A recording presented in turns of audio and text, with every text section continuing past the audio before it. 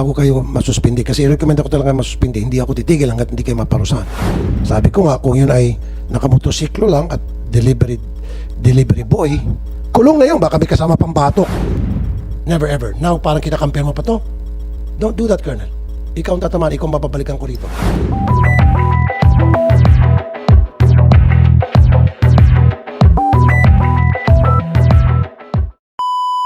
Colonel Bobby Arao. Good morning, sir. Negative, sir. Ano pong posisyon niyo, Colonel Arao? Sir, I'm the Deputy Director for Administration of the PNP HPG, sir. Okay. Bakit po negative at hindi po positive? Sir, yung police po na nag-responde, sir, is under ng Makati City Police Officer. So, yun, sir, hindi naman na-invite. Bakit po hindi? Colonel Joel, ano pangalan niyo po, sir? Hindi ko nakikita yung Colonel Joel Kasupanan. Ano pong pwesto niyo sa PNP? Chief po ng Special Operations Division, Highway Patrol Group, sir. Comsec, dapat inimbitahan natin yung kasi tuturuan naman, dapat inimbitahan natin yung PNP, no, not HPG anymore. Siguro yung admin officer ng PNP. Come on guys, you know better. Kasi tinuturo nila Makati, hindi na jurisdiction na yun. Kung nandito yung kataas-taasan sa PNP, admin officer ng PNP, General so-and-so, di agad-agad. Tawagan nyo ngayon na mismo. Tawagan nyo si Chief PNP. Habulin nyo. Kasi itong dalawang PNP nandito, they're useless. I'm sorry, useless kayo doon sa tinutumbok ko. So, anong pangalan po ng pulis na dumating pero umalis din? Dumating sa site?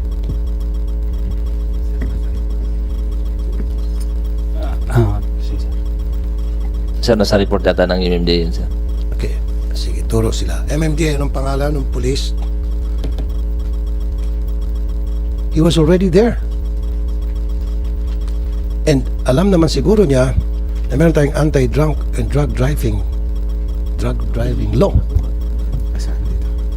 Sa halip na parang chismoso lang, nakimarites lang, and then, may lasing ba dyan? Nag-resist ba yan? Nung sinabi hindi, sige, alis na ako. Magkape muna siguro ang nasa isip niya or tumbongga or something like that. Good morning. Ito na pala yung mga police. It's here. Okay. HPG, Indian jurisdiction. Gusto ko manggagaling sa inyo.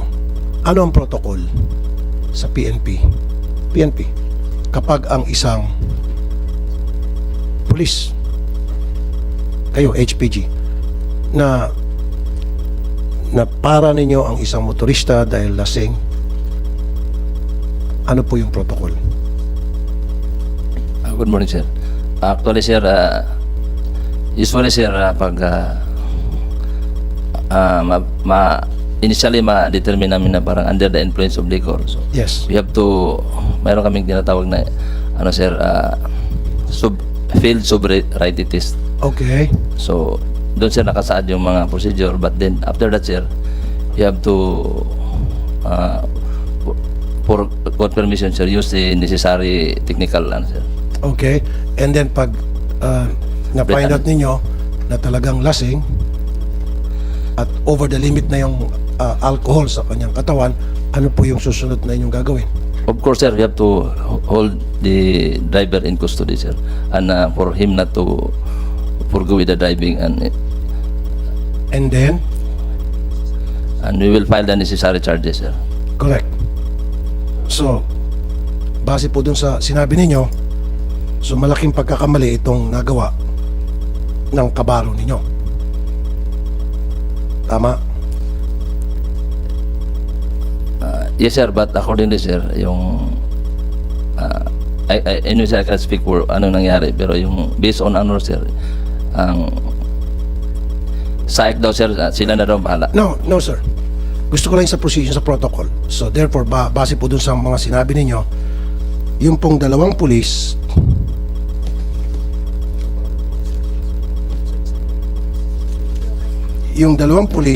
si PSSG, Police Staff Sergeant Rojas and Patrolman De La Cruz, hindi sumunod sa protocol, gumawa sila ng mali.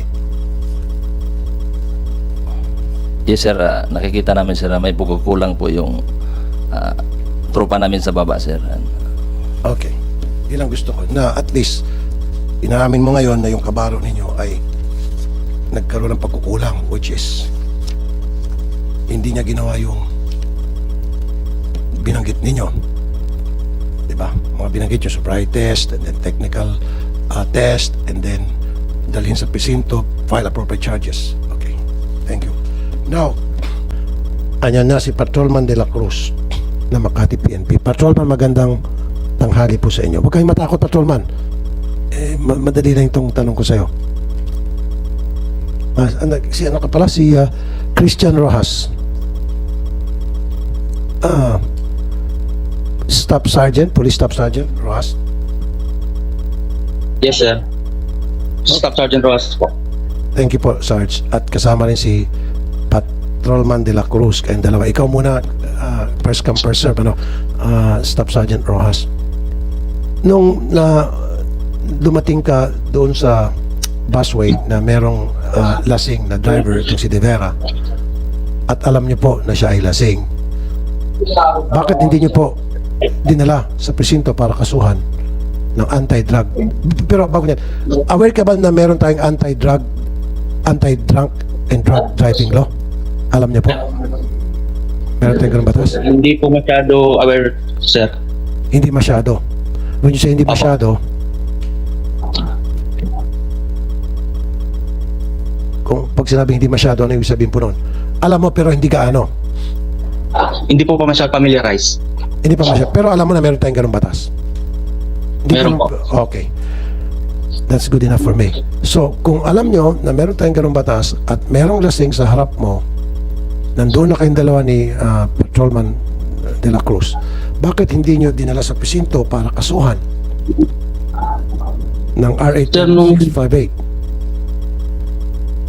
Go ahead po. Yes, sir. Yes, sir. Yung bali po, sir, pagdating namin dun, sir, after kami tawagan sa substation namin, sir, yung sasakyan na, sir, nasa gilid na po ng kalsada. Wala na po siya sa bus lane. So, pagdating namin dun, sir, may nandun na po yung personnel ng MMDA, tapos personnel po yata ng IAC po yun. May naka-uniform pa pong Coast Guard. So, tapos, ang nakausap ko po dun, yung MMDA po. So, pagkausap ko po doon sa MMDA, tinanong po namin anong nangyari. Sabi po, nag-counterflow daw po yung sasakyan. Apparently, nakainom. Tapos nag-ask po ako doon sa MMDA. Tinanong ko po, ano po yung gagawin niyo? Ano na pong plano? Sabi po sa akin ng MMDA, sir, nakuha na po namin yung lisensya. Bali po, titikitan na lang po namin. Ganun po pagkakasabi sa amin, sir. So, sa akin po, sa pagkakaintindi ko, titikitan. So, okay na po. Kaya po, sinabi namin doon sa MMDA, alis na kami kasi titikitan lang daw po nila. Yun po ang sabi nila, titikitan lang. Titikitan lang. Sige, may problema doon ng MMDA. Pero, you know for a fact that a law has been violated, and that is RA 10658. Bilang pulis, tagapagtupad ng batas, isa kayo sa kalye, and the right thing to do at that very moment is to bring that person, De Vera, to your presinto and file a case against him.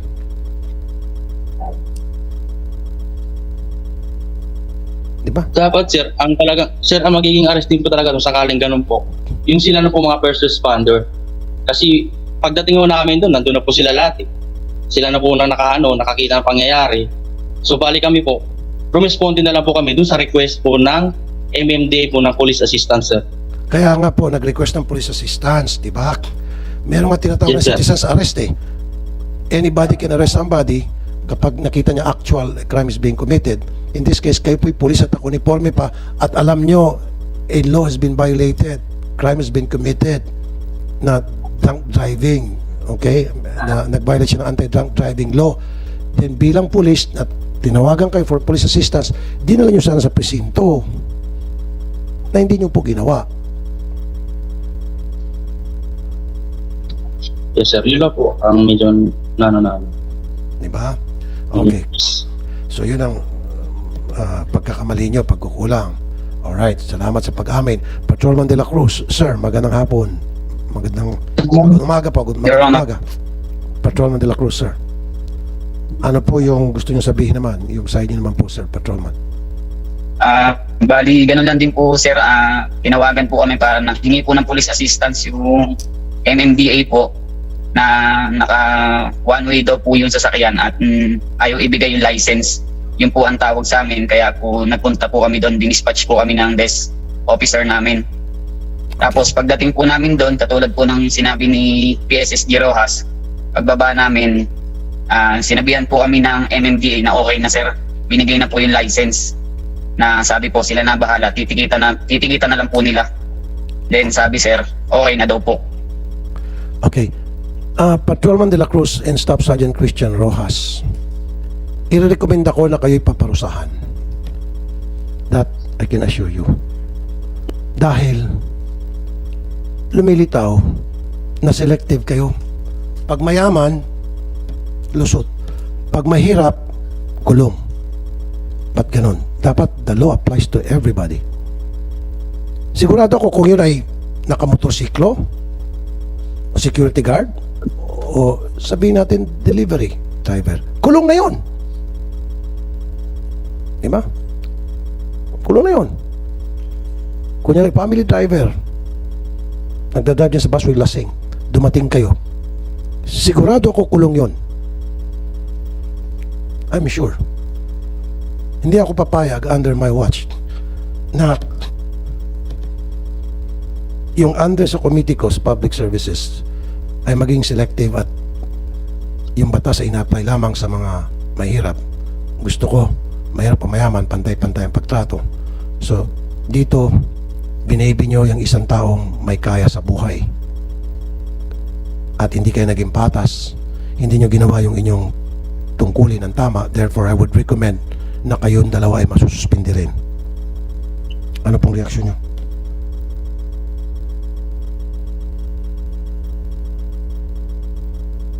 Ano po, sir?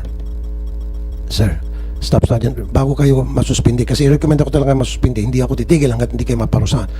So, anong inyo pong reaksyon, Staff Sergeant Rojas, na kayo po i-recommend akong maparusahan ng PNP? Kasi nga po, naging selective kayo kasi yung batas ay ina-apply nyo lamang sa mga mahirap at hindi kasama yung mga mayaman. So therefore, meron kaakibat na parusa yan. Anong reaksyon nyo po, sir? Hindi kayo naging patas. Go ahead po, sir. Sa akin lang sir, maging reaction. Ano po? Sa palagay ko lang, yung part ko naman po, sa palagay ko, hindi naman po ganun kabigat na pangyayari. Kasi naganap po nakapag-responde naman po kami. Mabigat po yung pangyayari, sir. Mabigat yung pangyayari. Kasi nga, sabi ko, merong batas na na-violate. Yung Anti-Drunk and Drug Driving Law. RA 10658. And then pangalawa, pag mahirap yun, sigurado ako 1 trillion % kulong agad yung violator kung mahirap yun. Sabi ko nga, kung yun ay nakamotorsiklo lang at delivery boy, kulong na yun, baka may kasama pang batok, sipa. At dahil siya ay mayaman, naka-SUV, binibini nyo. Kaya kasi yung mga taga-DOT naparusahan na, mapaparusa, yung iba, mapaparusahan pa lang, eh dapat kayo maparusahan din dahil hindi yung ginawan tama, naging selective kayo, selective justice kung tawagin. Okay, ano itong video?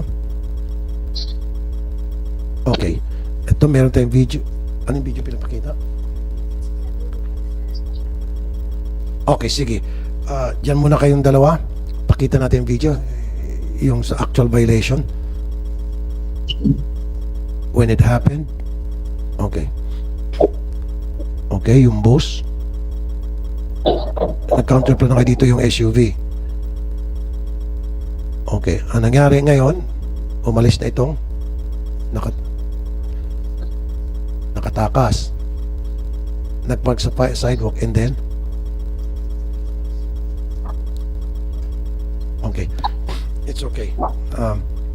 So, Patrolman De La Cruz and Staff Sergeant Rojas, tulad ng sinabi ko, kayo po ipapasuspindi ko rin. Dahil hindi kayo naging patas. Hindi nyo ginawa yung tama. Parang ina-apply nyo lang yung batas sa mga mahirap. Pag mayaman, lusot. And I don't like that. And it will serve as a lesson to you. And not only to you and to everybody, sa lahat ng mga pulis, na dapat patas kayo. Huwag kayo matakot. Porket mayaman, takot kayo. Pag mahirap, hindi kayo takot. Pag ginagawa nyo yung trabaho, wala dapat kayong katakutan. Gumagawa kayo ng tama, kahit saan makarating, yung katotohanan ay lilitaw at nandito rin ako para sumuporta sa inyo. Alam niyo naman yan, di ba? Galit ako sa mga pulis na mga abusado, pero ako naman ay natutuwa at marami na nga ako na nabigyan ng recommendation ng mga pulis na gumagawa ng tama. Okay? Gets niyo po? So, sige po. Ano pong reaksyon niyo ulit? Hindi na maputo tayo. Staff Sergeant Rojas, reaksyon niyo na kayo po ipapasuspindi ko o masususpindi na. Si Patrolman De La Cruz, tumatas na kamay. Sige, Patrolman, anong reaksyon mo na ikaw ay dapat masuspindi? Sir, good morning po ulit. Sir, unang kasi po, sabihin ko lang po yung part ko. Kasi po, sir, ang nauna pong first responder doon is si MMDA, tsaka po yung mga ISAC po ata yun. Sir, dapat po, pwede naman po silang mga aresto. Dapat po sila po ang unang naging first responder doon. Sila po ang umaresto po doon, sir. Tapos turnover po sa amin sa police station po. Pero hindi naman po nila ginanon yan. Kasi sir, hindi naman pwede kami ang unang umaresto po doon. Kasi po, hindi naman po kami, wala naman po kami knowledge na nangyari na yun. Kasi po, hindi naman po kami ang first responder. Oo nga po, sir. Pero kayo po ay tinawagan for police assistance. Ang tawag lang po naman sa amin, sir, police assistance. Correct. Nag-one way po, sir. Correct. Tapos ayaw po driver license. Correct. Kaya nga po, Kaya tinawagan kayo wala naman po sinabi sa amin, sir, na ganun. exactly. Sa tawag po. Yes, walang sinabi. Okay, nandun na po ako.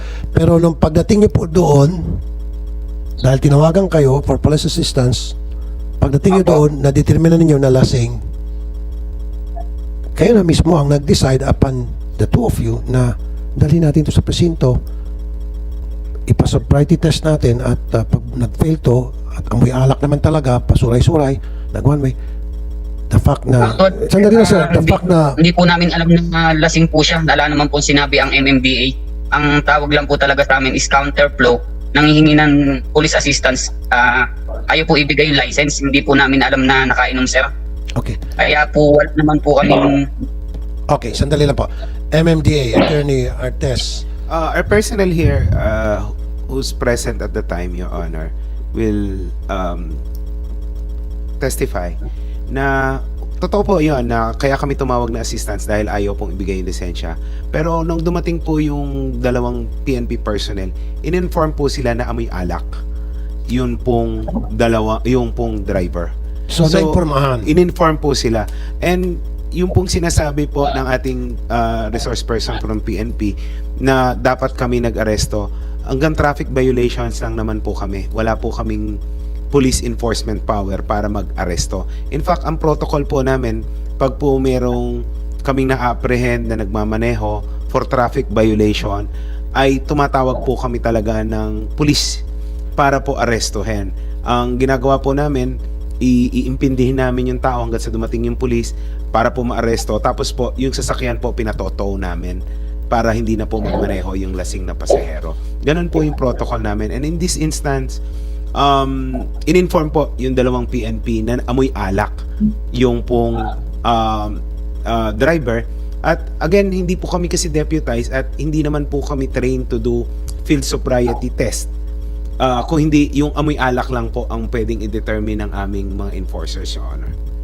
Okay. Yun pala, na-informahan po kayo, Patrolman De La Cruz at Staff Sergeant Christian Rojas. Pero wala po sa aming in-informang amoy alak po yung ano. Wala pong sinabi sa MMDA po. Yung personnel po nila. So, ibig sabihin, nagsisinungaling ang MMDA? Nagsasabi lang po ako, sir, ng totoo na wala po talaga silang sinabing nakainom. Yun lang po talaga, naka one way daw po. At ayaw ibigay yung license. Kaya po pagdating namin dun, sir, sobrang saglit lang din po namin. Gawa po ng pagbaba namin. sabi po ng MMD, hindi ko lang po nakuha yung yung pangalan po, sabi niya, sir, okay na, binigay na yung license. Titikita na lang namin, kaya hindi naman po namin alam na nakainom kasi hindi na po kami nalapit po sa nag-one way po kasi po andun pa rin siya sa kotse niya. Sabi, Your Honor. Okay. Can we review the footage? Kanina po, yung recording nitong session. Kanina po si PSSG Rojas admitted na na-inform sila na nakainom. That is correct. Patrol So- de la Cruz. Inamin kanina ng kasama mo na they were informed, you guys were informed na medyo nakainom. Yung pa yung ginamit niya na term. Tapos ngayon ikaw, kinukontra mo yung statement ng kasama mo. So, sino sinungaling sa inyong dalawa? Magturuan kayo. Okay? So, Colonel Arao, Thank you, Mr. Chair. I'd like just to give an idea because yung nangyayari, sir, pasok yun sa warrantless arrest. So anybody can arrest, sir, and even the civilians, lalo law enforcers, and then turn over to the police. Yun ang nangyayari sa ground, sir, na as long as in his presence, makita mo na may violation itong tao na ito, pasok yan, sir, sa warrantless arrest. Then the PNP can receive pag i-turn over sa amin, sir, yung kasi like as I observed, sir, wala sila doon sa so hindi sila personally na first hand na naka-determine yung yung violation. So I think, sir, kung itino-turn over lang sa kanila, then of course, sir, ang first information yung first responder na nag-arrest, then turn over, then the PNP will process. Pero as long as the PNP, sir, is not doesn't have the first-hand information, so medyo mahirap i-execute yung arrest, sir, kasi hindi pasok sa warrantless arrest. that is correct. I agree with you. Pero, Colonel, on the other hand, the two policemen were informed that the driver was drunk or is drunk at that moment. Now, when they were called upon to respond doon sa tawag ng MMDA, they were properly informed. Yan ang pag-amin ni Staff Sergeant Ross na lasing, amoy alak.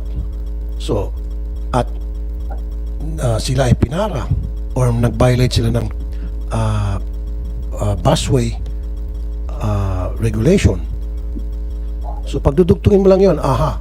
Okay, second information, tama. Nandiyan yung mga ibang law enforcement group, SAIC, at nagsasabing pumasok sa busway, nag-one way, meaning nagda-drive siya ng lasing. Therefore, dapat dinala sa presinto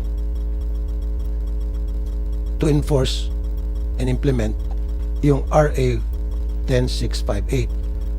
Colonel, pag sa nangyari ito sa mahirap, kulong agad yan. Believe me, believe you. I've been in public service for more than 25 years now. Siguro magkapareho lang tayo. Gano'ng katagal na po kayo sa serbisyo? 31 years, sir. Mas matagal-tagal ka sa akin. So you should know better. At sa aking karanasan, karamihan pupunta sa akin, mga mahirap ng kababayan na inapi, inabuso, ginago, tinarantado ng mga pulis. Dahil sila mahirap. Wala pang lumapit sa akin na mayayaman na mga taga Forbes Park, na mga taga Corinthian para magreklamo dahil inabuso ng pulis. Never, ever it happened. Never, ever. Now, parang kinakampihan mo pa to. Don't do that, Colonel. Ikaw ang tatamaan, ikaw ang mapabalikan ko rito. Don't ever, ever do that again. Not here sa Senate. Sa radyo, pwede tayong magbakbakan doon at palusutin kita. Dito sa Senate, wag na wag mong gawin yan. Kampihan mo tong alipores mo or kabaro mo na nagkasala. Don't ever, ever do that, please, sir. Yes, sir. Thank you, sir. Thank you, sir. Thank you very much po. So anyway, umiyak ka na. Staff Sergeant Christian, huwag ka umiyak. Diba? Mas Hindi po, sir. Okay. Hindi. Ito trabaho lang, Because, like I said earlier, masakit po sa akin na yung mga mahirap nating mga kababayan, pumipila sa action center ko yan. Yung iba, natutulog pa doon para masagip ng kota sa pilang. At ano yung mga sumbong ng karamihan? Sila yung mga naapi. Hindi lang pulis, ibang mga taong gobyerno. Wala pang pumila dyan na milyonaryo para ireklamo silang naabuso. Kaya uminit ang ulo ko rito ngayon dahil nakita ko na para bang yung batas ay ina-apply lamang para sa mga mahirap, pag mayaman, lusot. Yun po'y masakit sa kalooban ko. Sana po maunawaan nyo. Diba? At gusto ko lang po ipakita sa lahat na the law should apply to all. Hindi po dapat tayo selective. Diba? Yung he was less in life should have more in law. Ibig sabihin, yung mga maliliit nating kababayan ay dapat magkaroon ng matibay na suporta mula sa ating batas. Yun naman po, sir. So anyway, I will really recommend na kayo po ay masuspinde para makita po ng taong bayan na patas ang batas. Okay, sir? Yun lang po yun, sir. Now, it's up to your superior kung ano maging diskarte niya, pero I would really strongly recommend, it's up to your superior. Kung hindi kayo suspinde, then may problema ang superior ninyo dahil mananagot siya sa akin kung bakit niya isuspinde.